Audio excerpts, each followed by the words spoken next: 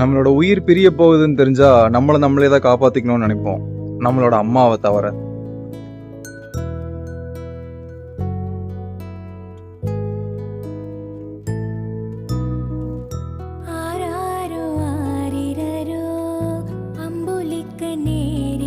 மத்திய பிரதேஷ்ல நடந்த அந்த போட் ஆக்சிடென்ட், அந்த பதிவுகளை நான் இப்பதான் பார்த்தேன்.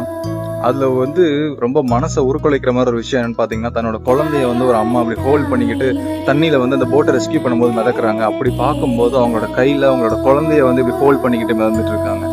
என்னடான்னு பாத்தீங்கன்னா, அந்த குழந்தைய காப்பாத்துறதுக்காக தன்னோட உயிரை கூட பத்தி யோசிக்காம அந்த குழந்தைய எப்படியாவது காப்பாத்திரன்னு அவங்க பிடிச்சிருந்த அந்த விதத்தை பார்க்கும்போது ரொம்ப மனசு ரொம்ப உருக்கலைச்சிருச்சுன்னு சொல்லலாம். ரொம்ப கஷ்டமா இருந்துச்சு. சரி, அட்லீஸ்ட் அந்த குழந்தையாவது உயிர் பிழைச்சிருக்கும் நான் நம்பி அந்த நிறைய பதிவுகளை தேடி தேடி பார்க்கும்போது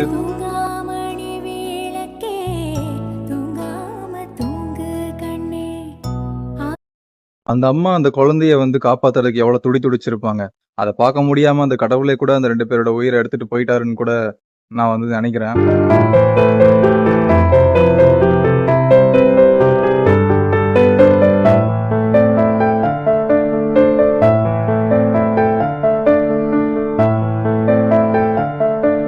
அதே மாதிரி அது தமிழ்நாட்டிலயும் சில பேரோட அந்த ஒரு 4-5 பேரோட உயிர் அங்க போயிருக்குன்னு நான் கேள்விப்பட்டேன்.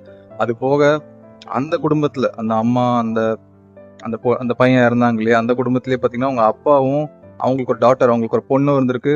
ஏதோ அதிர்ஷ்டவசமா அவங்க 2 பேர் மட்டும் உயிர் பிழைச்சிட்டாங்க. பட் இருந்தாலும் அந்த அம்மாவோட அந்த அந்த குழந்தையோட உயிர் பிரிஞ்சது என்ன ரொம்ப நோவு அடிச்சிருச்சு, வலிக்குது. நம்ம எல்லாருமே சேர்ந்து அவங்களோட ஆத்மா இறைவனை சேர நம்ம பிரார்த்திச்சுக்கலாம்.